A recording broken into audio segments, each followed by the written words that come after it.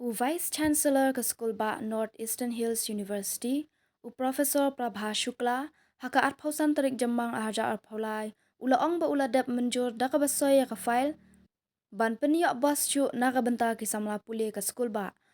Ula ong ruk ba entai saar tali ki hostel ya ki Samla puli.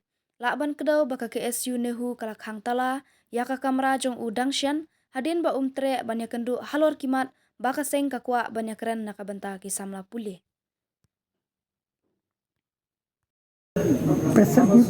I'm not by getting. providing bus service, by providing better hostel facilities, all these were demands from some pressure. This is the not the content of this meeting. No?